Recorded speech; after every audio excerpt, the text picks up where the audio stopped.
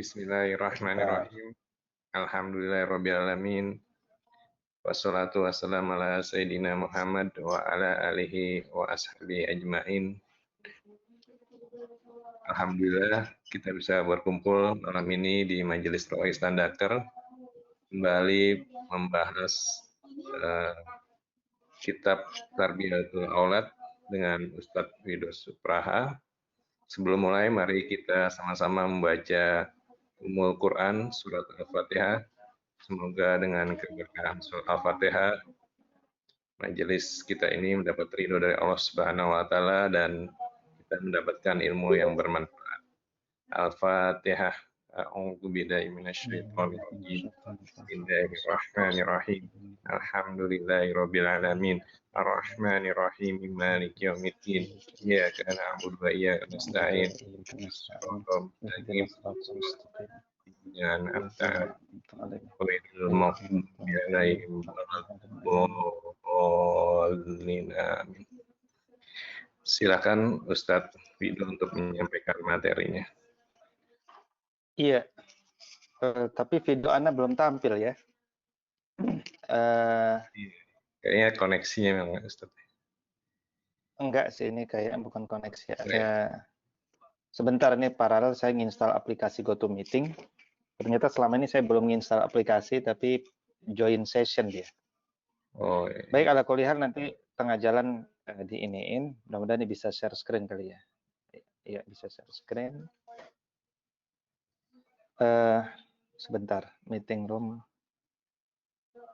136 ya. Join. Baik, sebentar saya keluar dulu, masuk dari aplikasi.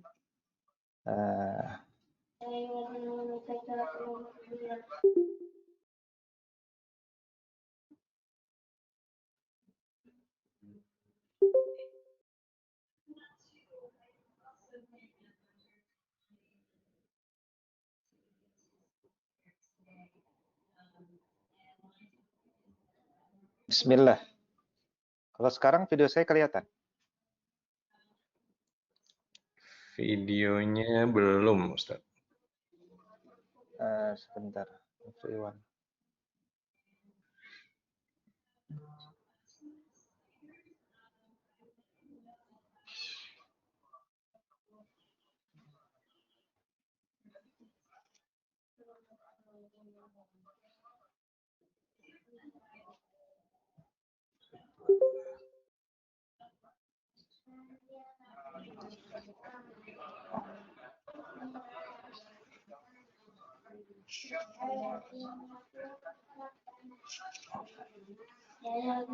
Baik, sekarang sudah muncul ya.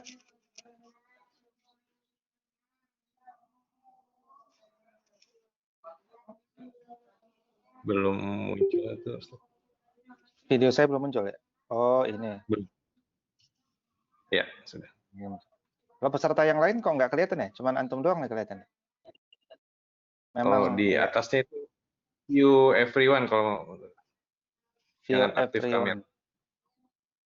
Iya, udah sih sudah view everyone ini. Oke. Mungkin belum aktif ya videonya kali yang lain. Ya, tidak aktifin videonya mungkin Ustaz. Lagi tugas dokter. Baik, slide-nya sudah terbaca ya, slide-nya ya? Ya, sudah muncul, Ustaz.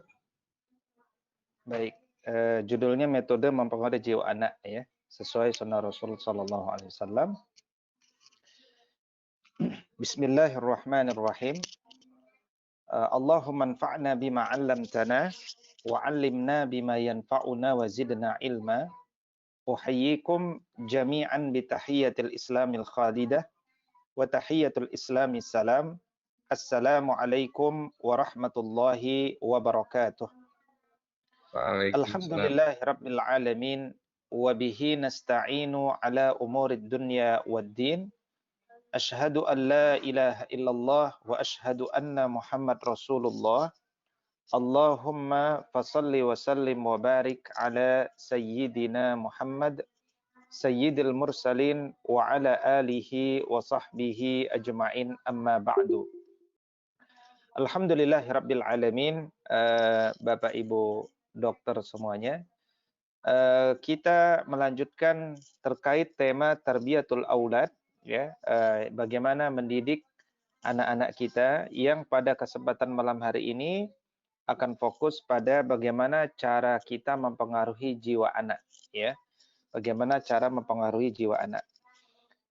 Sebagaimana kita ketahui bahwa jiwa manusia itu memang bisa tumbuh, ya, bisa berkembang, dan yang namanya manusia itu selama dia masih hidup, insya Allah dia akan bisa berubah, ya. Nah, karena itu syarat perubahan itu adalah diantaranya karena manusia itu menyentuh jiwanya. Nah, penting bagi kita untuk mengetahui bagaimana cara kita menyentuh jiwa anak-anak kita, ya, bagaimana kita menyentuh jiwa anak-anak kita. Dan karena itu kita coba lihat bagaimana Nabi SAW menyentuh jiwa-jiwa anaknya, gitu ya. Baik, sebentar. It is pausing screen sharing.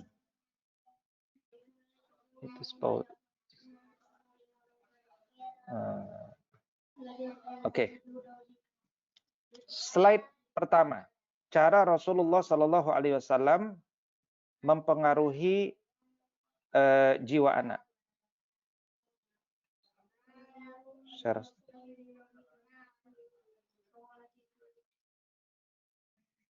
Baik.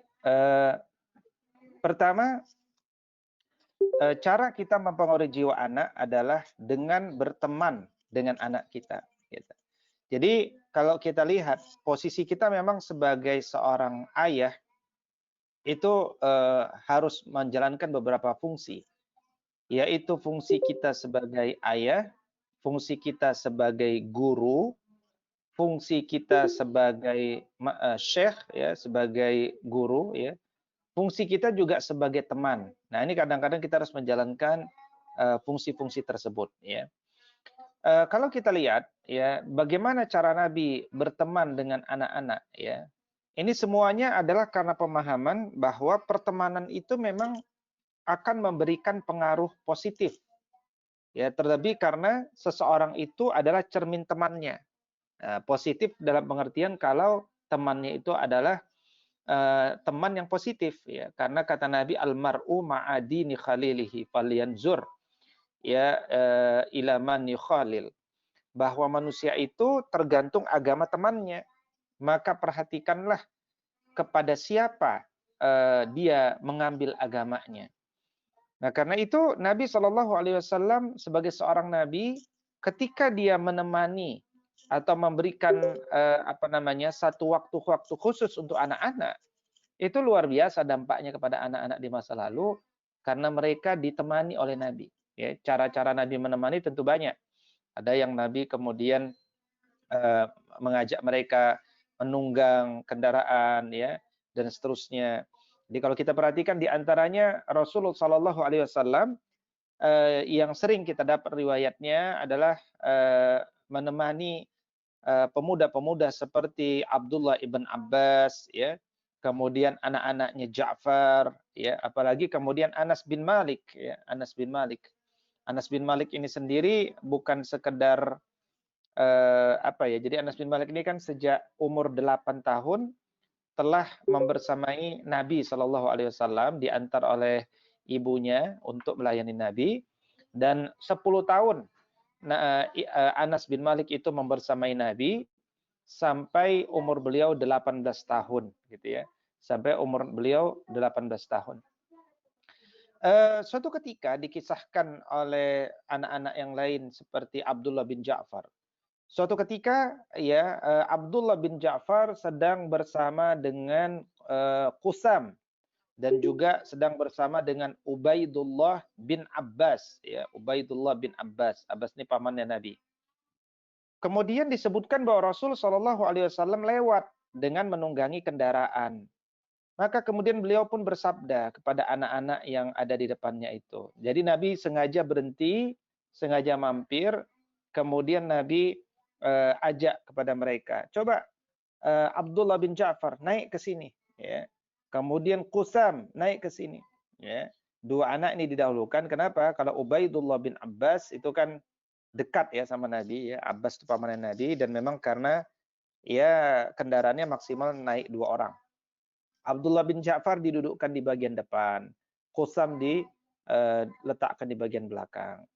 Kemudian Nabi mengusap-usap kepalanya Abdullah bin Ja'far. Nah, jadi Abdullah bin Ja'far cerita ini, ketika masih muda, aku dinaikkan oleh Nabi ke bagian depan, kepalaku diusap-usap, kemudian mendoakan Abdullah bin Ja'far. Juga mendoakan Qusam ya, agar mereka ini nanti menjadi syuhada gitu ya. Nah, ini di antara kisah-kisah ketika mereka dewasa yang itu sangat membekas gitu ya, sangat membekas. Ini menunjukkan bagaimana kemudian pertemanan-pertemanan dengan orang-orang baik itu sangat berbekas gitu. Yang berikutnya, kebiasaan Nabi Shallallahu Alaihi Wasallam itu pun akhirnya menjadi kebiasaan para sahabat lain. Ya, misalkan Az-Zubair yang terbiasa menemani anaknya di peperangan. Untuk apa? Untuk mengajarkan seni berperang. Yaitu agar anaknya tumbuh sebagai sosok-sosok yang kuat dan perkasa. Demikian juga Umar ibn Al-Khattab itu sangat sering mengajak anak-anaknya seperti Abdullah bin Umar ke forum-forum orang-orang soleh, forum-forum orang-orang besar. Ya, begitu juga Abdullah ibn Abbas nanti dengan anaknya. Ya, itu karena kebiasaan dari kecil mereka didekati oleh orang-orang besar, maka setelah besar pun akhirnya mereka menurunkan kebiasaan itu, gitu ya. Saya teringat ada seorang sahabat ya, yaitu Dr. Ardiansyah ya, mahasiswa kita juga di Ibnu Khaldun dulu. Beliau mengatakan bahwa kecintaan beliau pada bahasa Arab ya, pada mengajari santri dan seterusnya itu diantaranya karena sejak awal ayahnya itu senang mengajak dirinya untuk menemani ayahnya bertemu dengan orang-orang, bertemu dengan para kiai itu, bertemu dengan para asatiz ya, meminta nasihat kepada mereka. Nah, itu kemudian mendorong mendorong anak-anak, mendorong beliau itu jadi senang dengan orang-orang soleh. Dia lihat para kiai itu kok soleh-soleh ya, tawadu, lembut-lembut. Aku ingin menjadi seperti mereka gitu. Nah, ini pertemanan-pertemanan yang memberikan bekas ya, contoh-contoh yang saya kira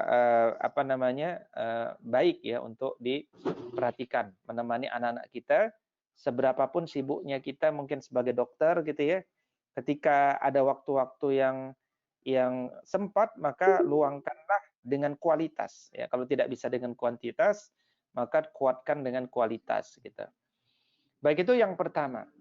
Yang kedua adalah bagaimana cara Nabi Shallallahu Alaihi Wasallam menanamkan kegembiraan pada anak kita. Ya, yaitu bagaimana cara Nabi mempengaruhi jiwa anak, yaitu dengan cara menanamkan kegembiraan pada anak. Jadi ketika anak itu gembira, itu dampaknya akan sangat menakjubkan, gitu ya. Kita dalam dunia pendidikan itu hendaknya menghadirkan anak yang bahagia.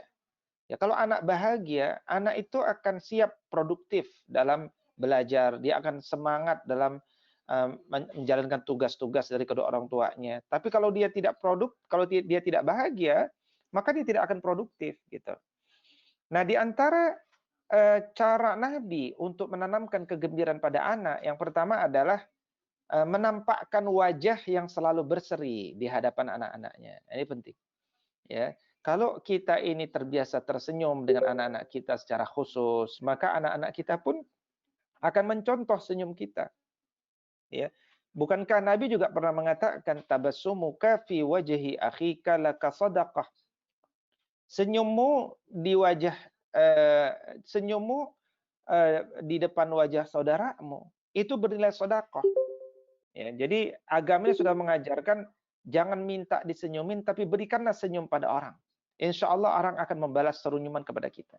Ketika kita memberikan energi positif pada orang lain akan membagi energi positifnya pada kita. Sama ketika kita menampakkan wajah selalu tersenyum pada anak-anak kita, maka anak-anak kita yang senang cemberut, ya, anak-anak kita yang senang marah, maka dia akan mulai pelanan berubah untuk mengikuti wajah ayah bundanya, gitu ya. Yang kedua adalah dengan menyambut kedatangan. Jadi kalau anak kita datang dari sekolah atau datang dari tempat yang jauh, ya, dari tugas-tugasnya, maka sambut, ya, sambut, berikan waktu-waktu khusus, ya, peluk dia, ya, berikan panggilan yang baik. Nah, ini cara-cara menyambut, ya, cara-cara menyambut. Maaf, ini screen-nya kok hilang di sini. Oke, ini screen-nya masih ada ya. Untuk menyambut kedatangan mereka dengan hal-hal yang khusus. Yang ketiga adalah menanamkan kegembiraan pada anak itu dengan mengusap kepalanya, ya, dengan mengusap kepalanya. Nah, ini yang tadi sebagai contoh hadis yang pertama tadi, bagaimana Abdullah bin Ja'far terasa betul kepalanya diusap-usap. Ya, kemudian menggendong dan menimang kalau masih bisa. Ya, anak kita digendong, ditimang, dipeluk, itu cukupkanlah, ya, sifat kasih sayang kita kepada mereka. Ya, kalau makanya Nabi katakan man la yarham la yurham. Orang yang tidak menyayangi maka tidak akan disayangi. Nah, bagaimana cara kita menyayangi? Ya, itu harus ditunjukkan. Ya, mungkin banyak di antara para ayah yang sibuk mencari nafkah untuk kebahagiaan istri dan anak-anaknya, tapi tidak pernah menampakkan ekspresi cintanya kepada anak-anaknya. Nah, itu keliru. Karena meskipun kita paham bahwa kita itu sibuk bekerja adalah karena cinta kita pada anak dengan istri, tapi jangan sampai kita mengatakan Allah Maha tahu bahwa kita ini cinta sama istri dan anak-anak kita, tapi kan istri dan anak-anak kita itu tidak Maha tahu. Ya, mereka tidak tahu kalau tidak diekspresikan. Maka wujudkan ekspresi cinta kita kepada mereka dengan apa? Ya, dengan tadi belayan, dengan menggendong, dengan menimang, atau kalau Nabi juga senang dengan mencium keningnya. Ya, makanya orang-orang Arab akhirnya ikut Nabi. Man la yarham la yurham. Orang yang tidak menyayangi maka tidak disayangi. Maka mulai saat itu mereka pun senang, ya, menciumi anak-anak mereka. Berikutnya dengan membiasakan memberikan makanan, membagi makanan, ya. Ya, kalau kita punya makanan, maka beri kepada mereka. Kalau mereka punya makanan, ajarkan mereka berbagi kepada adik-adik dan kakaknya. Biasakan mereka tidak makan sendiri, karena itu akan mendorong individualis. Biasakan mereka bahagia dengan berbagi, bukan bahagia dengan menguasai sendiri. Ini penting, ya. Bahagia dengan berbagi, bukan bahagia dengan dengan makan sendiri, ya. Jadi dalam hal ini ada satu hadis, ya, misalkan suatu ketika ada seorang wanita datang kepada Sayyidah Aisyah radhiyallahu taala anha. Sayyidah Aisyah waktu itu megang kurma, ya. Maka wanita ini datang dengan 2 orang anaknya, ya, kemudian diberikanlah kurma itu kepada wanita itu, ya, 3 butir, 3 buah kurma. Nah, oleh ibu itu kurmanya cakep, ya, bagus, ya. Kurmanya 1 dikasih kepada anak yang pertama, kurma yang kedua dikasih kepada anak yang kedua. Nah, dia pun 1. Nah, anak itu langsung makan, lahap masing-masing, habis. Kemudian 2 anak itu ngelihat, setelah habis dia ngelihat wajah ibunya, seakan-akan dia minta lagi. Maka ibunya pun kemudian membagi, ya, membagi 2 kurma yang ada di tangannya, setengah dikasih kepada anak yang pertama tadi, setengah dikasih ke anak yang kedua. Walhasil ibu itu nggak makan kurma sama sekali dari Sayyidah Aisyah.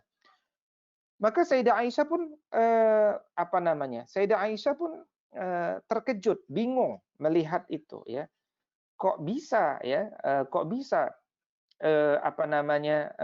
ibu itu nggak makan, dia bagi kepada orang lain. Maka ketika suaminya datang, dia ceritakan itu. Kata Nabi SAW, kenapa engkau bingung?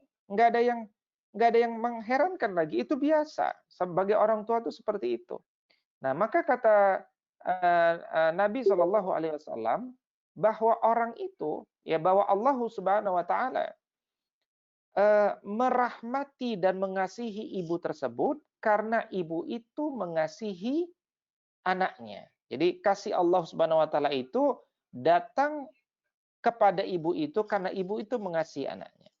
Nah, barulah Sayyidah Aisyah paham. Karena Sayyidah Aisyah ini kan tidak punya pengalaman punya anak. Makanya dia banyak bertanya dalam masalah-masalah seperti itu. Berikutnya adalah makan bersama. Ini penting. Ya, anak-anak itu di antara momen-momen yang dia terasa bersama orang tua itu sebenarnya adalah ketika makan bersama. Karena nanti kalau dia di pesantren makannya nggak sama orang tua, kalau dia sudah kuliah makan nggak bersama orang tua. Kita perlu hadirkan momen-momen di mana momen-momen itu memang hanya ada ketika di rumah gitu. Di antaranya adalah makan berjamaah, makan bersama, gitu ya. Dan ketika makan bersama itu momennya harus khusus. Ya kadang-kadang kita memang ceritanya sih ngajak apa namanya ngajak ngajak anak-anak kita makan malam. Mungkin ini malam Ahad, yuk kita makan di luar, makan bersama ya ke restoran dan seterusnya. Tapi kadang-kadang momen itu nggak dioptimalkan. Jadi saya pernah makan bersama keluarga, di samping meja makan saya itu ada keluarga juga makan, suami istri 2 anak laki-laki, tapi masing-masing pegang handphone. Ya kan, masing-masing pegang handphone, anaknya sibuk main game yang 2, yang suami istri juga main game. Judulnya sih makan bersama, fisiknya bersama, tapi hatinya tidak bersama. Bukan begitu yang kita maksudkan. Jadi betul-betul kita harus sepakati, oke kalau kita makan bersama kita tidak pegang handphone. Kalau kita naik mobil dari Jakarta ke Bandung, itu kan mahal tuh di dalam mobil kita lama itu kita ngobrol banyak. Itu waktu-waktu yang mahal sebenarnya. Nah, karena itu pada waktu-waktu yang mahal itu jangan sampai kemudian kita diganggu dengan hal-hal yang lain gitu ya. Nah, jadi hikmah makan bersama itu ada di sana. Dan Nabi SAW sering ya setiap malam itu membiasakan makan bersama dengan istrinya, bahkan istri-istrinya secara reguler itu dikumpulkan untuk makan bersama gitu ya. Ini kenapa? Karena Nabi SAW tuh sejak kecil juga dibiasakan makan bersama. Ya, jadi Nabi SAW itu ketika kecil itu kan tinggal bersama Abu Thalib, dan Abu Thalib itu punya 10 anak, dan Abu Thalib itu bukan orang yang kemudian Abu Thalib itu bukan orang kaya ya, dia orang yang berkekurangan. Tapi meskipun dia berkekurangan, Abu Thalib itu selalu ya membiasakan untuk makan bersama Nabi SAW. Jadi kalau belum datang Nabi, maka Abu Thalib belum makan. Ya, sampai anak-anaknya yang lain disuruh menunggu. Nah itu di antara cara Abu Thalib yang kemudian berbekas ya pada jiwa Nabi SAW. Ya. Berikutnya yang ketiga, langkah langkah mempengaruhi jiwa anak itu adalah dengan apa? Dengan perlombaan dan memberikan hadiah. Ini penting. Ya. Karena dalam perlombaan itu ada pelajaran, ada kompetisi, ada semangat sportivitas gitu ya. Jadi misalkan suatu ketika dikisahkan oleh Abdullah ibn Umar. Ya, Abdullah ibn Umar ini tadi saya ceritakan suka dibawa ayahnya Umar ibn Al-Khattab ketemu dalam majelis-majelis besar, majelis-majelis ilmu. Ya, suatu ketika dalam sebuah majelis ilmu yang Abdullah ibn Umar ikut dalam majelis itu, Nabi membuat tebak-tebakan. Ya, kata Nabi SAW, inna min syajaril bawadi syajaratun la yasqutu waraquha wa innahal muslim fahadditsuni ma hiya. Jadi dia katakan sahabat semuanya, di antara pepohonan itu ada satu pohon yang daunnya tidak gugur, persis seperti seorang muslim yang imannya tidak akan pernah gugur. Nah, beritahukanlah kepadaku, pohon apakah itu jika kalian paham gitu ya. Maka orang-orang pun mengira-ngira, pohon apa itu ya? Maka akhirnya orang-orang tidak ada yang bisa menjawab. Nah, Abdullah bin Umar pada saat itu mengatakan, dalam hatiku aku menebaknya. Ya, waqa'a fi nafsi annaha nakhla. Sepertinya itu adalah kurma. Ya. Maka ketika orang nggak ada yang bisa jawab, Nabi pun katakan, kalian nggak bisa jawab ya, hiyan nakhla, itu adalah kurma. Nah, ketika kemudian selesai ya Abdullah bin Umar pulang dengan ayahnya Umar, Abdullah bin Umar bilang kepada Umar ya, ayah aku tuh sebenarnya tahu loh jawaban pertanyaan itu. Ya, tapi terus kata Umar, kenapa engkau nggak jawab? Kata beliau, Ya karena Abu Bakar nggak jawab, engkau pun Umar nggak jawab, sementara aku paling muda di antara yang hadir. Karena itu mendingan aku diam. Nah, kata Umar, nah, lain kali engkau tidak boleh diam. Engkau harus sampaikan ya hal seperti itu. Nah, ini contoh ya, contoh bagaimana kemudian Nabi terbiasa membuat tebak-tebakan itu. Ada beberapa tebakan ya yang biasa dilakukan oleh Nabi ya untuk kemudian melahirkan satu apa namanya kompetisi. Berikutnya yang kedua, suatu ketika Nabi diriwayatkan ya oleh Abdullah bin Harits radhiyallahu taala anhu dalam sebuah hadis riwayat Imam Ahmad bahwa Nabi membariskan Abdullah, Ubaidullah dan beberapa cucu-cucu Abbas yaitu pamannya Nabi sallallahu alaihi wasallam dan kemudian Nabi sallallahu alaihi wasallam mengatakan ya setelah dibariskan, anak-anak dibariskan, Nabi bergerak ke satu titik yang jauh, Nabi mengatakan, siapa yang sampai kepadaku terlebih dahulu, maka dia akan mendapatkan hadiah ini dan ini. Gitu ya. Maka mereka pun berlari cepat menuju Nabi, ada yang memeluk punggung Nabi, ada yang ke dada Nabi, maka Nabi pun mencium mereka dan memeluk mereka semuanya. Ya, ini menunjukkan bahwa dengan perlombaan itu akhirnya terjadi semangat kompetisi. Ya, bahkan tidak tanpa sadar anak laki-laki ini kemudian pun atas nama perlombaan mereka tanpa sadar diajak berlari. Berarti kuat fisiknya, gitu ya. Diajak lomba lari, itu kuat fisiknya. Nah, akhirnya muncul apa namanya? Muncul kepercayaan diri, muncul persaingan yang sehat, gitu ya. Ini juga penting ya, yang namanya perlombaan dan hadiah ini penting karena kita sedang mendidik anak kita di dunia ini bahwa ada kalanya orang itu mendapatkan keberuntungan. Ada kalanya mereka mendapatkan kerugian. Ya, jadi ada kalanya seseorang itu mendapatkan keberuntungan, ada kalanya seseorang itu mendapatkan kerugian. Ya, karena itu kemudian eh, eh, sportif, ya, dibiasakan. Kadang kita berada di atas, kadang kita berada di bawah, maka kita hendaknya menerima kekalahan kita. Ketika menang juga jangan sombong. Kita bisa masukkan pelajaran-pelajaran itu, gitu ya. Kita bisa masukkan pelajaran-pelajaran itu. Baik, berikutnya cara yang keempat yang dilakukan oleh Nabi untuk mempengaruhi jiwa-jiwa anak kita adalah dengan memotivasi dan mendukung potensi anak. Ya, dengan cara memotivasi dan mendukung potensi anak. Ya, dalam kitab Manhajut Tarbiyatil Islamiyah yang ditulis oleh Muhammad Qutb disebutkan bahwa hadiah fisik, hadiah psikis, ya itu baik ya selama tidak berlebihan. Karena yang namanya manusia itu senang dikasih hadiah. Kita juga sudah besar nih, kalau ada yang memberikan kita hadiah, kita senang. Sama anak-anak pun senang sekali kalau dia diberikan hadiah. Persoalannya hadiah itu hadiah yang masuk dalam bagian kurikulum pendidikan atau tidak, itu yang menjadi penting gitu ya. Dan bagaimana cara kita memotivasi lainnya? Ya kadang-kadang hadiah psikis itu penting. Hadiah psikis itu ya misalkan dengan kalimat-kalimat yang memotivasi ya.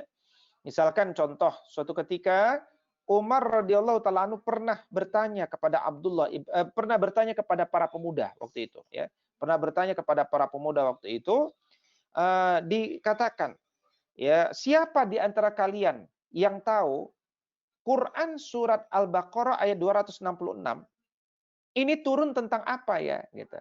Quran surat Al-Baqarah ayat 266 ini turun tentang apa? Maka disebutkan dalam Quran surat Al-Baqarah 266 itu kan berbunyi a'udzubillahi minasyaitonirrajim ayawaddu ahadukum an takuna lahu jannatum min nakhilin wa a'nab ya.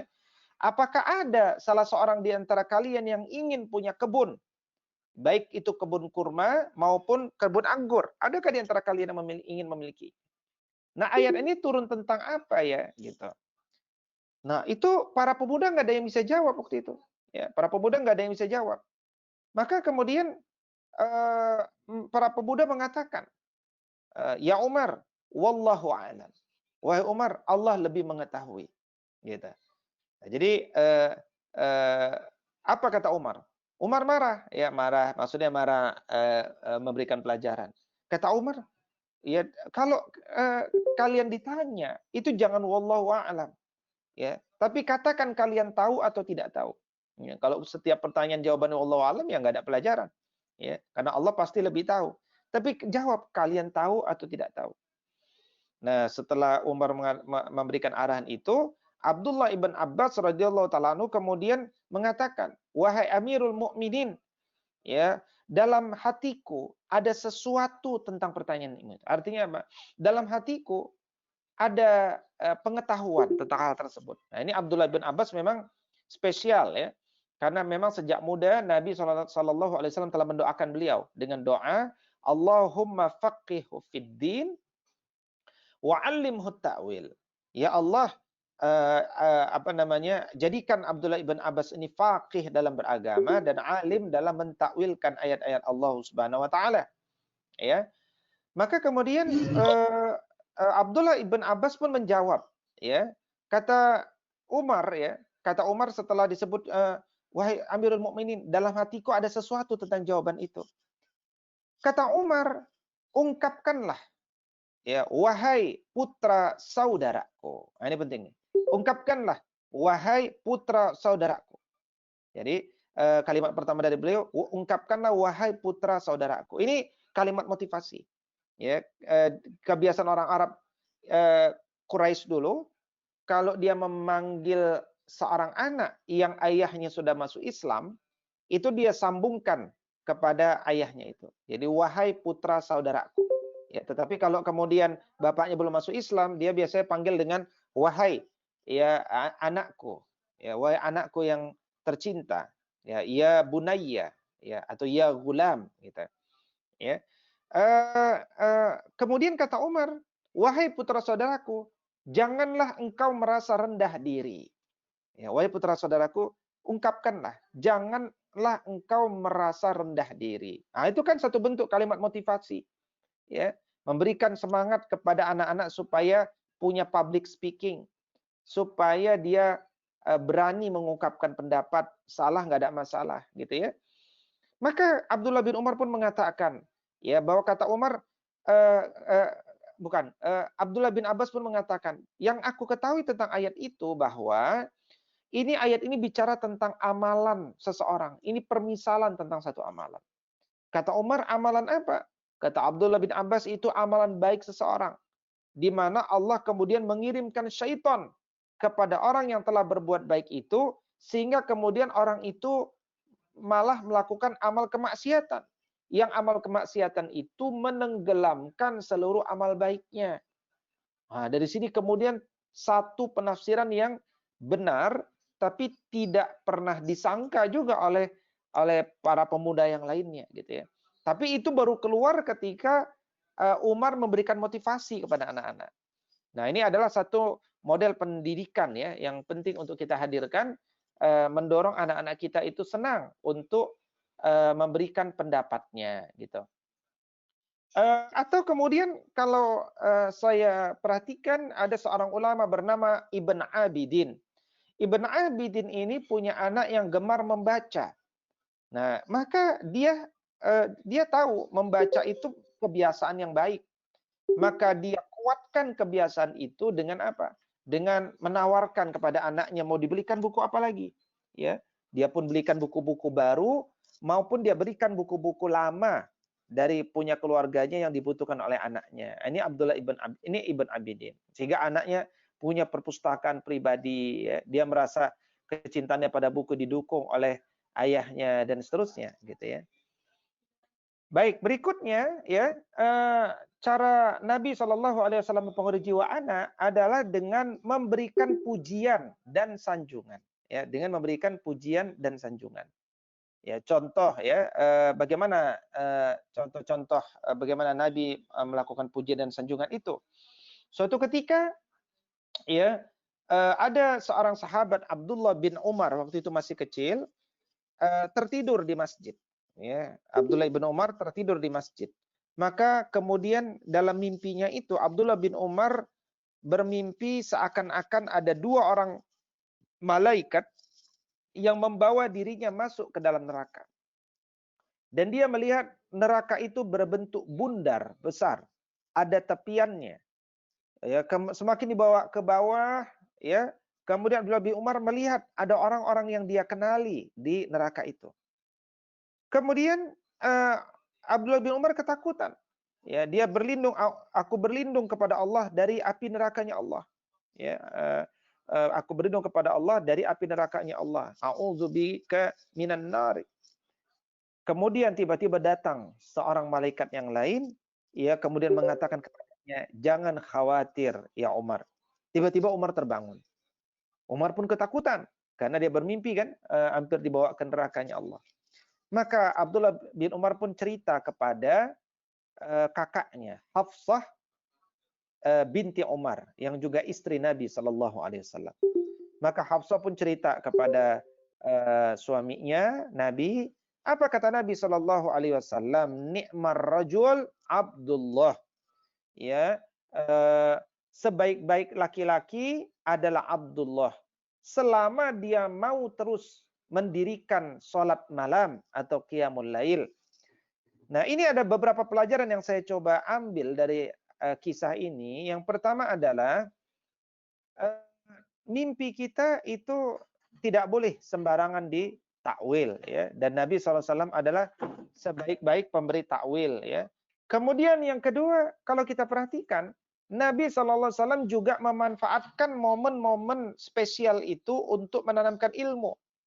Ya, jadi kita para ayah bunda itu jangan sampai kehilangan momen-momen spesial bagi anak-anak kita. Di antara momen-momen spesial itu ya, kalau dalam konteks ini ketika dia bermimpi buruk, atau ketika dia sakit keras, ketika dia ketika dia ada acara perayaan karena usahanya, ya, misalkan anak kita ini sedang berjuang menghafal Quran, ya, kemudian alhamdulillah anak kita ini selesai hafalan Quran dan ada semacam haflah, ada semacam perayaan, ya, mengundang seluruh teman-teman dan seterusnya, maka usahakan kita hadir pada momen-momen itu. Ketika kita sakit, ketika anak kita sakit, usahakan kita hadir pada momen-momen di mana dia butuh kebersamaan kita. Ya, belai rambutnya, doakan dengan doa yang baik yang terdengar oleh telinganya supaya diberikan bekas-bekas pada momen-momen yang spesial itu. Ini diantara juga pelajaran itu, ya. Dan Abdullah bin Umar sejak itu tidak pernah sama sekali meninggalkan qiyamul lail. Itulah diantara bekas baik karena cara Nabi menakwilkan mimpi daripada Abdullah bin Umar itu.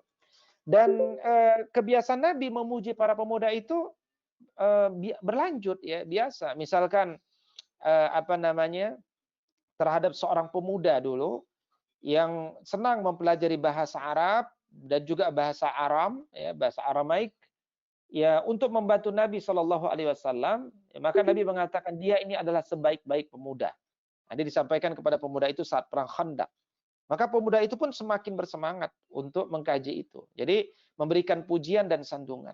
Jadi kita juga jangan pelit memberikan pujian, sanjungan kepada anak-anak kita, gitu, ya. Kalau anak-anak kita misalkan mengambilkan kita air putih, ya, sampaikan jazakillahu khairan, ya, jazakallahu khairan, ya. Berikan pujian-pujian yang terbaik, ya. Jangan pelit intinya untuk menyampaikan hadiah kata-kata, ya, karena ini merupakan hadiah psikis, ya. Pujian dan sanjungan ini juga termasuk hadiah psikis. Berikutnya adalah, nah, kalau tadi berteman dengan anak, maka kali ini biasakan kita juga bermain bersama anak, ya. Khusus bermain bersama anak, ya. Ketika Muawiyah ibn Abi Sufyan itu pernah, ya, anak-anak beliau, dua anak beliau main di atas dadanya Nabi, di atas Muawiyah. Nah, kemudian kakeknya Abu Sufyan masuk ke dalam kamar, dia lihat anak-anaknya pada main. Ya, maka dia bilang, turun, gitu, ya. Tapi apa kata Muawiyah? Enggak apa-apa, wahai ayahku, karena kata Nabi Shallallahu Alaihi Wasallam, barang siapa seseorang itu punya anak kecil, hendaknya dia bermain dengan anak-anaknya, gitu, ya. Karena itu terbiasalah bermain dengan anak-anak kita. Dulu Nabi SAW juga bermain dengan Hasan dan Husain, ya. Misalkan Nabi SAW, ya, kalau memanggil Hasan dan Husain itu tidak memanggil langsung, gitu. Jadi Nabi SAW melibatkan diri pada anak-anak mereka, anak-anak cucu-cucunya sedang bermain gitu ya. Nabi cara manggil Hasan dan Husain itu kadang-kadang nggak manggil langsung. Jadi Nabi terlibat dalam permainan cucu-cucu dengan teman-temannya ini. Setelah dekat, kemudian Nabi membisikkan kepada cucunya ini, ya, Hasan, kakek mau berangkat, mau ikut nggak sama kakek? Nah, itu orang akhirnya jadi semangat, gitu, ya. Atau kemudian disebutkan bahwa cara Nabi memanggil Husain itu bukan dengan kata-kata, ya, tetapi dengan menjulurkan lidah. Lidah Nabi berwarna merah khas. Itu senang dilihat oleh cucu-cucunya. Jadi cucunya selalu ingin melihat lidah Nabi. Nah, ketika Nabi SAW menjulurkan lidahnya, ya, ketika Nabi menjulurkan lidahnya, itu cucu langsung datang. Ya, jadi Abu Hurairah radhiyallahu taala anhu pernah meriwayatkan satu hadis, kana Rasulullah sallallahu alaihi wasallam la yudli'u lisanahu lil Hasan ibn Ali fayara as-sabiyyu humrata lisanihi fayabhashu ilaih.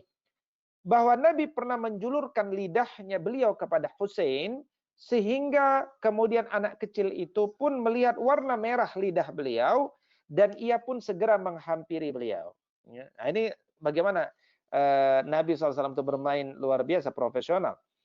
Nabi juga pernah sholat, ya, pernah sholat ketika sujud, Hasan dan Husain naik ke atas punggung Nabi. Sampai Nabi nggak bangkit-bangkit dari sujud, lama sujudnya, gitu ya.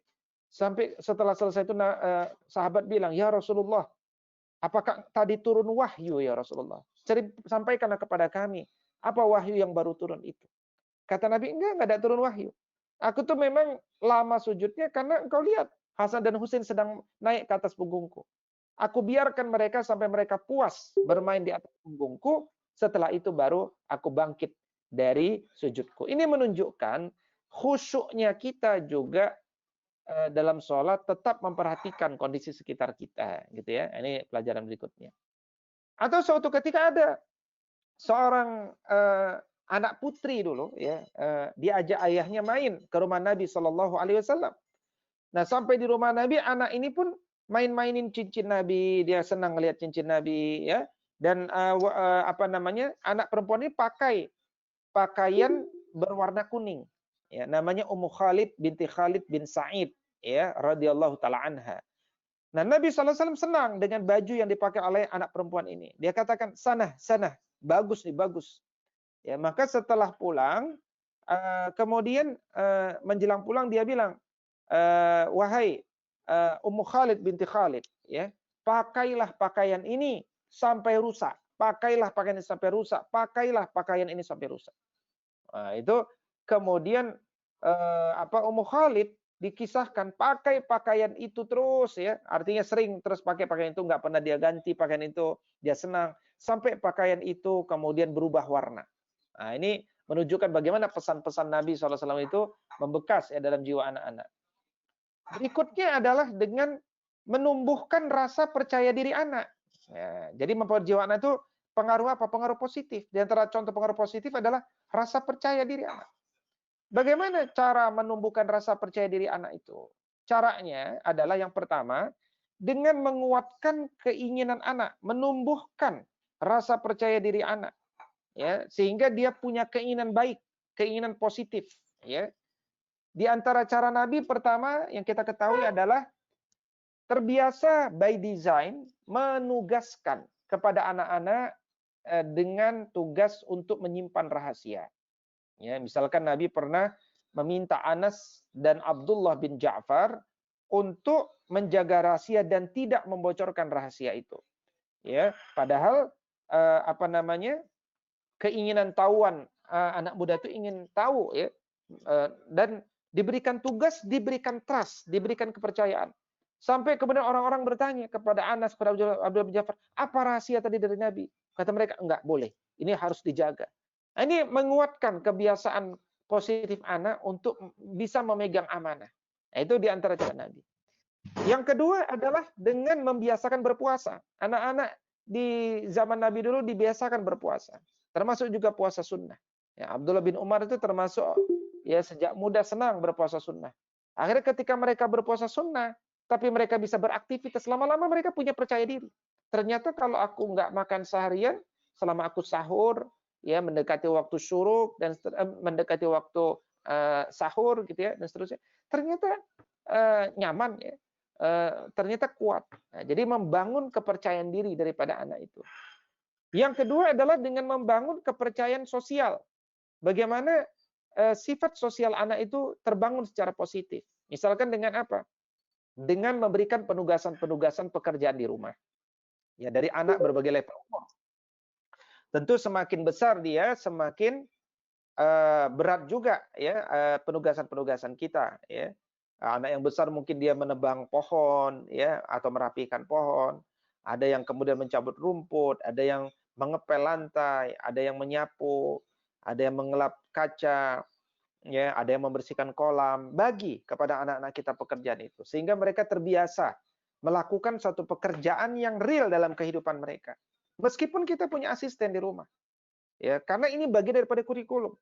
Ketika mereka menyapu rumah, coba kita bimbing. Kadang-kadang anak menyapu tapi tidak profesional menyapunya. Bagian-bagian sudutnya tidak disapu, yang tidak dia hanya menyapu yang kelihatan, tidak mau menggeser dan seterusnya. Kita kasih contoh dan seterusnya. Sehingga anak-anak kita melihat bagaimana menyapu dengan profesional. Nah, itu nanti akan membangun kepercayaan sosial dalam dirinya ketika nanti dia terlibat dalam dunia sosial sesungguhnya. Begitupun ketika ada tamu, misalkan kita minta dia untuk menemui tamu, ya bertanya siapa namanya, ya kalau ada paket datang dari mana, biasakan ucapan terima kasih. Itu akan membiasakan anak-anak kita berdialog dengan orang-orang dewasa. Makanya seluruh apa yang datang pada rumah kita, itu biasakan anak-anak kita yang melakukan, jangan asisten. Ya asisten mungkin bantuin kita dalam sebagian perkara, tapi pekerjaan-pekerjaan itu adalah bagian daripada pendidikan dalam diri anak-anak kita gitu ya. Pada saat itulah jiwa sosial mereka tumbuh, rasa percaya diri mereka akan tumbuh ya. Berikutnya yang ketiga adalah membangun kepercayaan ilmiah. Nah, kepercayaan ilmu, berbasis ilmu. Orang kalau punya ilmu yang cukup, dia di tengah masyarakat bisa berbagi dan dia bisa percaya diri. Kalau enggak dia nggak bisa bicara dan dia nggak percaya diri. Apalagi kalau dia punya teman-teman banyak anak-anak soleh, maka dia merasa tidak kadang-kadang mungkin bisa muncul posisi kayaknya saya tidak pantas dalam lingkungan ini dan seterusnya gitu ya. Maka biasakan mereka untuk dididik dengan Al-Qur'an ya, dididik dengan As-Sunnah, dididik dengan sejarah hidup Nabi SAW, dengan sejarah yang baik dan seterusnya. Kalaupun menonton film, maka kurikulumnya tontonlah film-film sejarah yang akhirnya dia tahu betul bagaimana sejarah manusia ini. Ini akan membangun kepercayaan ilmu di antara mereka. Berikutnya yang keempat adalah membangun kepercayaan finansial. Dalam pengertian apa? Membangun kebiasaan menjadi sosok yang pejuang ya, pejuang dalam ekonomi gitu ya. Kalau kita lihat Nabi SAW saja sejak kecil itu kan memang sudah ya dari umur 6 sampai 8 tahun didekatkan dengan menggembala unta gitu ya, milik kakeknya. Umur 8 tahun sampai 12 tahun itu sudah biasa membantu Ali bin Abi Thalib ya, dia tawarkan jasanya untuk menjaga gembalaan kambing domba dengan bayaran dinar dirham. Itu dari kecil Nabi itu sudah diajarkan jual jasa gitu ya. Diajarkan jual jasa, tidak malu jual jasa. Umur 12 tahun sudah diajak ke ke luar negeri, yaitu ke negeri Syam, 1.200 km lebih dari kota Makkah itu ya, untuk kemudian dia bisa melihat bagaimana pamannya ini memilih barang, cara bernegosiasi, cara berdagang, cara menjaga barang dagangan. Ini semuanya ilmu yang mahal. Dan sejak kecil umur 12 tahun ya, berarti kelas 1 SMP sudah dididik untuk berdagang. Ya, umur 15 tahun 1 SMA itu Nabi SAW sudah terlibat pada perang Fijar. Nabi membantu membuat anak panah sampai kemudian Nabi terlibat ketika orang-orang kafir Quraisy, orang-orang kafir Arab dulu yang saling berperang, kemudian mereka membuat kesepakatan damai, diinisiasi oleh orang-orang yang punya hikmah di masa itu dalam satu hilful fudul, kesepakatan orang-orang penuh hikmah. Ya setelah berperang bertahun-tahun gitu ya, itu berbekas di jiwa Nabi itu, jiwa militernya, jiwa perdamaiannya gitu ya. Sehingga Nabi SAW pernah mengatakan ya, seandainya waktu boleh terulang, aku ingin kembali di masa di mana kesepakatan, hilful fudul itu terjadi. Aku saat itu bersama dengan orang-orang terbaik di masa itu. Itu membangun ya, membangun apa? Kepercayaan jiwa anak-anak itu gitu ya. Nah, makanya kembali kepada kepercayaan finansial, Nabi di umur 20 tahun itu sudah menjadi pedagang makelar terbaik. Umur 25 tahun itu hartanya sudah miliaran. Ya, kenapa? Karena sejak kecil terbangun kepercayaan finansial. Kemudian Nabi untuk menumbuhkan rasa percaya diri itu juga senang memanggil anak-anak dengan panggilan yang baik. Ya, misalkan kepada seorang anak yang baru ditinggalkan mati burung yang dia cintai, dia katakan ya Aba Umair, ma fa'alan nughair. Ya, atau kemudian Nabi sering mengatakan ya gulam, wahai anak, ya inni uallimuka kalimat, aku mau mengajarkanmu ilmu. Ya gulam, misalkan ada anak yang makan dengan tangan kiri, ya makan nggak baca bismillah, ya gulam, samillah wa kul biyaminik, ya bacalah bismillah, makan dengan tangan kananmu.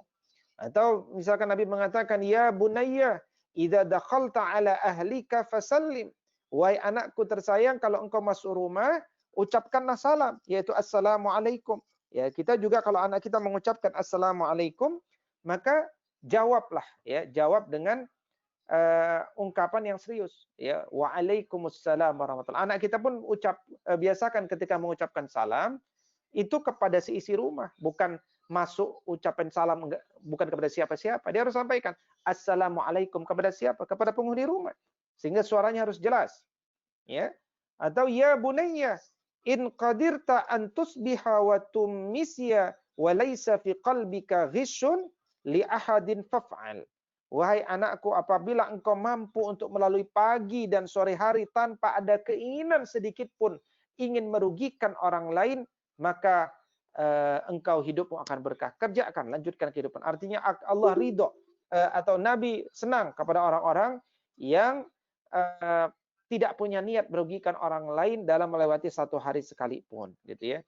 Termasuk juga tadi yang saya sebutkan, bagaimana para sahabat itu terbiasa memanggil anak-anak dengan wahai putra saudaraku, ya, atau wahai anak dan seterusnya, gitu. Baik, berikutnya adalah dengan apa Nabi mempengaruhi jiwa anak? Ya, dengan cara ya hal-hal yang lain, ya, dengan cara hal-hal yang lain. Ya, misalkan dengan mengabulkan keinginan anak-anak, ya, dan mengarahkan bakat anak. Ini penting, ya. Dan mengabulkan keinginan anak dan mengarahkan bakat anak. Ya, suatu ketika pesan Rasul SAW kepada Utsman bin Ma'zun untuk selalu memberikan sesuatu kepada anak keturunannya sampai dia ridho. Ya, jadi suatu ketika Nabi pernah pergi ke rumah Utsman bin Maz'un yang saat itu sedang menggendong anaknya. Kemudian Nabi bertanya kepada Utsman bin Maz'un, ya, ini anakmu? Kata Utsman, iya ini anakku. Ya, apakah engkau mencintainya, wahai Utsman? Kata Utsman, demi Allah, ya, aku akan sangat mencintai anak ini. Maka Nabi katakan, maukah Utsman agar cintamu kepadanya itu bertambah? Kata Utsman, mau tentu ya Rasul sallallahu alaihi wasallam. Kata Nabi sallallahu alaihi wasallam, orang yang memberikan sesuatu kepada anak keturunannya sampai dia ridho, maka Allah akan memberikan padanya apapun di hari kiamat sampai dia ridho. Nah, tentu pemberian yang masuk dalam kategori pendidikan. Maka apa yang baik dari anak-anak kita, kalau kita bisa usahakan, maka Allah pun akan mudahkan kebaikan kita nanti di hari kiamat misalkan. Ya, berikutnya juga bagaimana nasihat Al-Ahnaf bin Qais kepada Muawiyah. Ya, suatu ketika terjadi dialog antara Muawiyah dengan Ahnaf bin Qais, ya, radhiyallahu taala anhu. Di mana Al-Ahnaf bin Qais menjelaskan kepada Muawiyah pentingnya untuk mengkabulkan permintaan-permintaan baik dari anak-anak kita, ya. Dan disebutkan bahwa kemudian oleh Ahnaf bin Qais, wahai Amirul Mukminin, anak-anak kita itu buah hati kita. Dia adalah tiang penyangga punggung kita. Kita ini adalah tanah lembut pijakan mereka dan langit yang menaungi mereka. Dengan anak-anak kita lah kita menggapai segala kemuliaan kita. Apabila mereka meminta sesuatu yang baik, maka kabulkan. Jika mereka marah, buatlah mereka senang. ya akhirnya anak-anak itu akan memberikan cintanya kepadamu di atas kebaikan, maka mereka pun akan memberikan perhatiannya kepadamu dalam seluruh kebaikan kita, gitu ya. Nah, dan setelah itu kemudian Muawiyah pun senang dengan nasihat dari sahabat Nabi juga ini, sesama sahabat Nabi ini ya. Dan Nabi pun kemudian menjumpai anaknya dan memberikan hadiah kepada anak-anaknya, gitu ya. Berikutnya juga sharing ya, ini sharing dari Adi bin Hatim saat dia mendatangi Rasul Shallallahu Alaihi Wasallam di masjid, ya, di mana dia merasakan, oh luar biasa. Jadi Adi bin Hatim ini kan seorang non Muslim, ya, seorang yang kaya, gitu ya, seorang pemimpin. Ketika dia datang menemui Rasul Shallallahu Alaihi Wasallam, ya dia lihat nggak ada penjaga, ya. Jadi antara raja dengan rakyat itu tidak ada penghalang, gitu ya. Maka kemudian Adi bin Hatim setelah datang Nabi tahu, ya, kemudian Nabi SAW pun memegang tangannya Adi bin Hatim, kemudian Nabi mengajak Adi bin Hatim pergi. Nah di tengah jalan kemudian ada seorang ibu, ya, yang datang dengan anaknya. Kemudian dia bilang, wahai Nabi, kami ini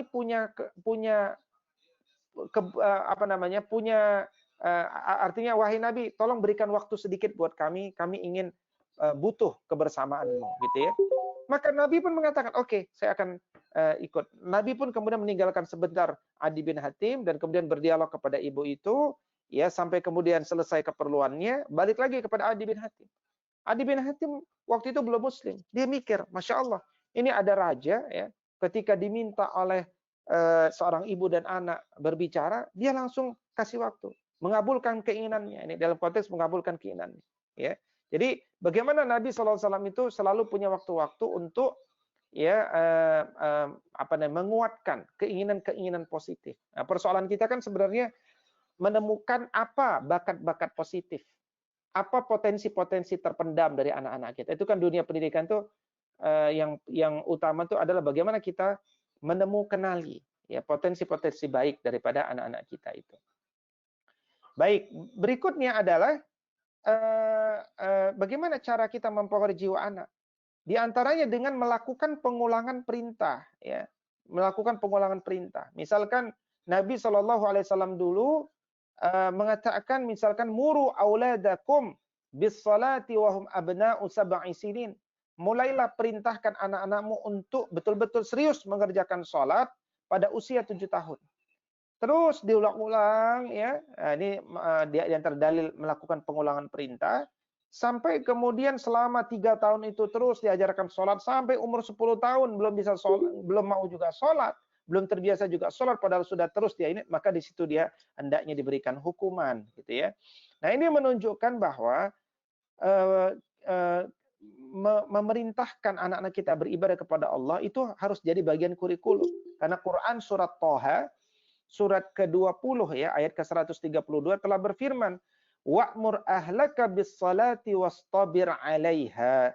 Perintahkanlah kepada keluargamu mendirikan salat dan bersabarlah kalian dalam mengerjakannya, ya. Bayangkan kalau kemudian kita memerintahkan sholat kepada anak-anak kita mulai dari usia 7 sampai 10 tahun. Ya, terus kita memerintahkan sholat, berarti kan kita sudah memerintahkan sholat sebanyak 365 hari kali 5 waktu sholat kali 3 tahun. 5.475 kali kita memerintahkan dan membiasakan anak kita sholat. Apalagi kalau kita ajak anak kita sholat berjamaah di masjid, kita ngobrol dengan dia, Masya Allah. Ya, jadi anak-anak itu akan menjadi terbiasa.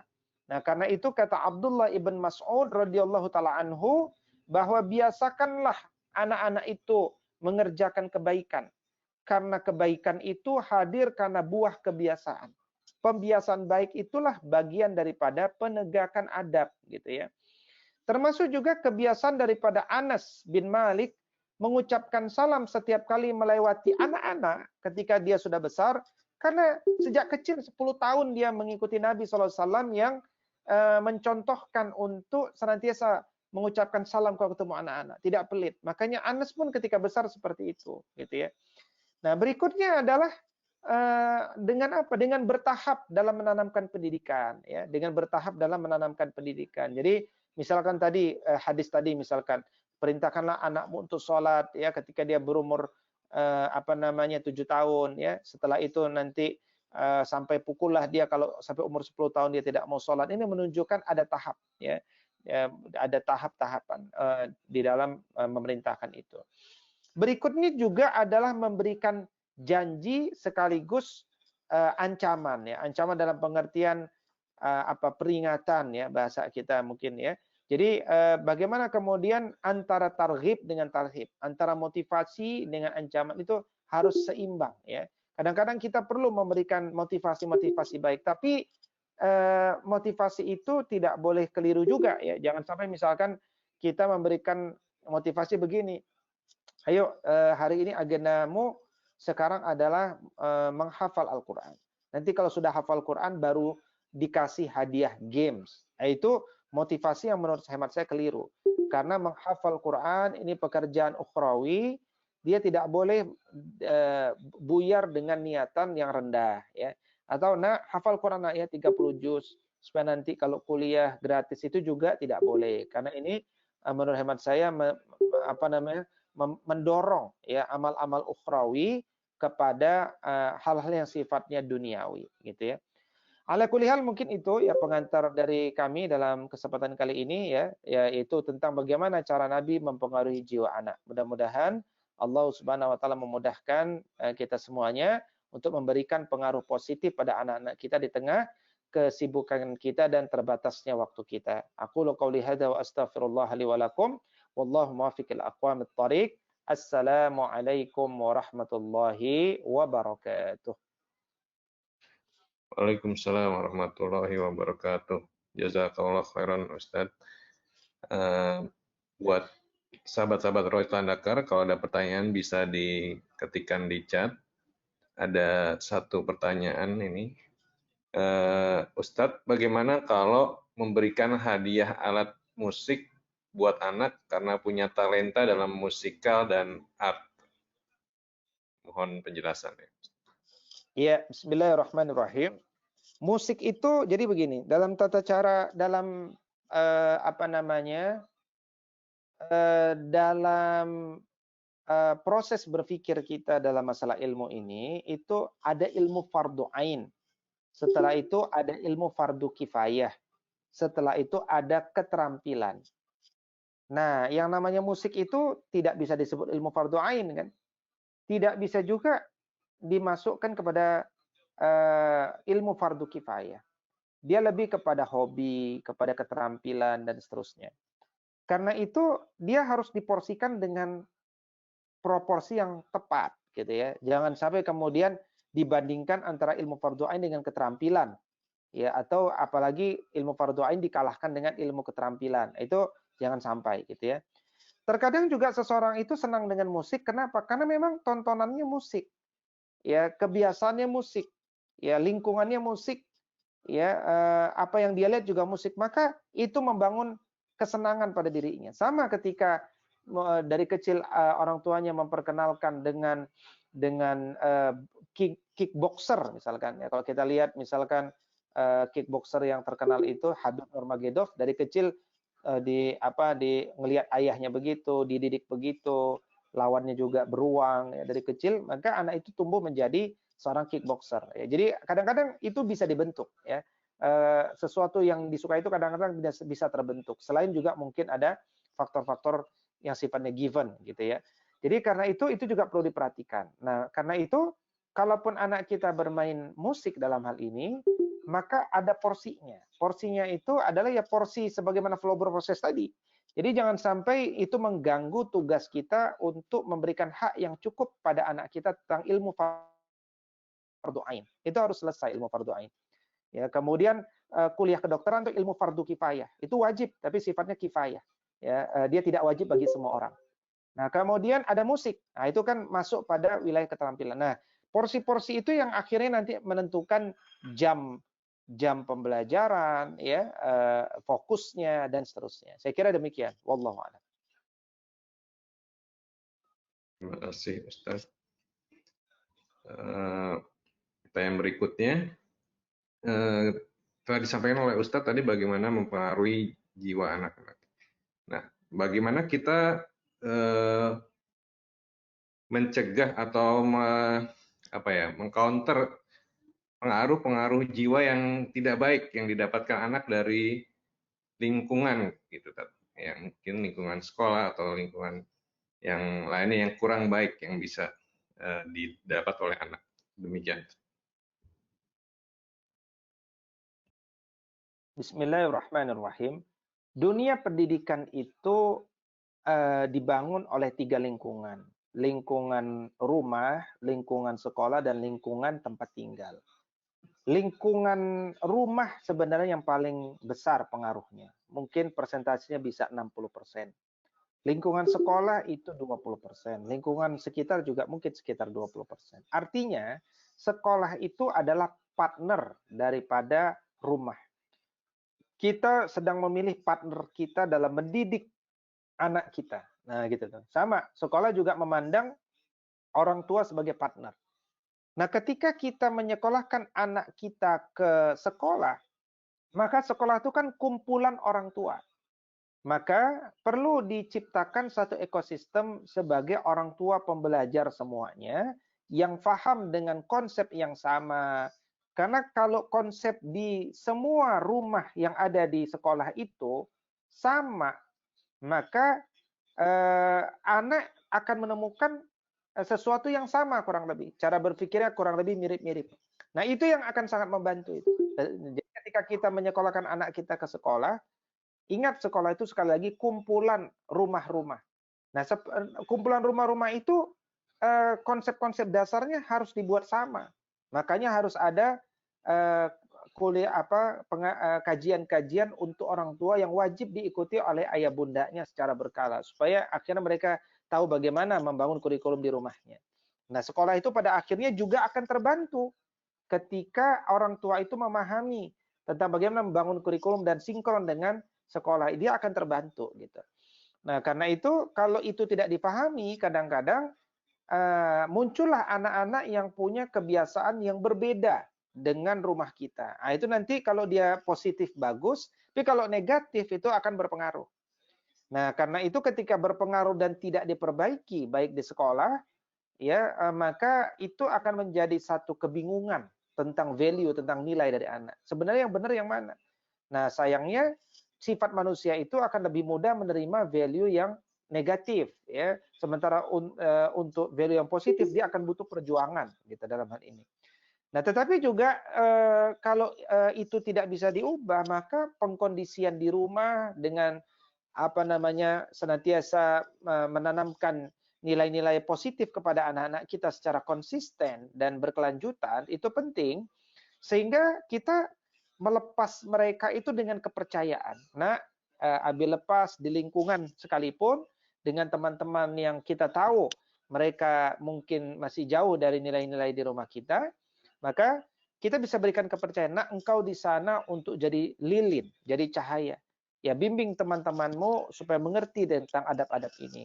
Jangan engkau yang kemudian terwarnai dengan mereka. Berikan kepercayaan kepada anak kita. Setelah itu dilakukan monitoring evaluasi sejauh mana efektivitas ya dan seterusnya. Jadi yang namanya dunia pendidikan itu memang tarik ulur, memberikan kepercayaan, dimonitoring, evaluasi, lepaskan, tarik lagi, lepaskan, tarik lagi itu dalam rangka melihat format yang paling tepat sesuai tumbuh kembang jiwa anak juga yang memang dia sangat bergantung kepada lingkungannya itu ya. Saya kira demikian. Wallahu a'lam bishawab.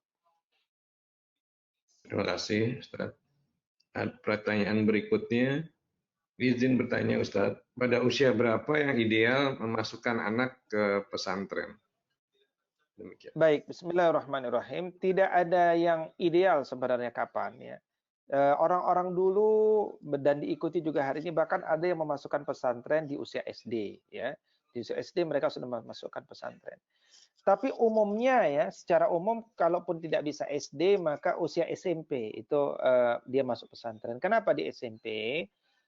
Karena membangun jiwa keulamaan. Ya, jadi apapun profesi kita maupun dokter, mau hakim, mau apa itu sifat dasar keulamaan itu harus sama. Ya, itu yang penting harus sama. Bahwa profesi mencari ma'isyah, profesi khidmah itu profesi, ya, profesi yang sifatnya umum. Tapi ada sifat-sifat dasar keulamaan yang harus sama. Itu yang akan dibangun dengan ilmu fardhu ain. Nah, membangun ilmu fardhu ain itu nggak sebentar, nggak 3 tahun, itu nggak bisa.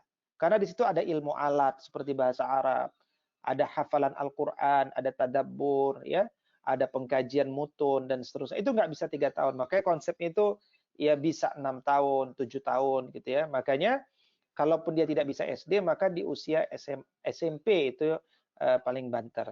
SMP, SMA itu punya satu narasi ya, tingkat itu. Saya kira itu ya jawaban saya termasuk landasan berpikirnya. Demikian wallahu a'lam. Terima kasih, Ustaz. Sepertinya sudah tidak ada pertanyaan. Jazakallahu khairan katsiran Ustaz atas ilmunya.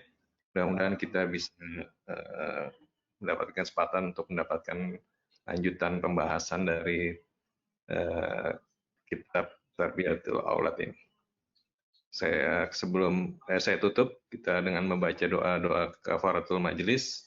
Subhanakallahumma wa bihamdika. Wassalamualaikum warahmatullahi wabarakatuh. Terima kasih. Waalaikumsalam warahmatullahi wabarakatuh. Mohon izin. Terima kasih Ustaz. Ya, sama-sama Ibu semuanya.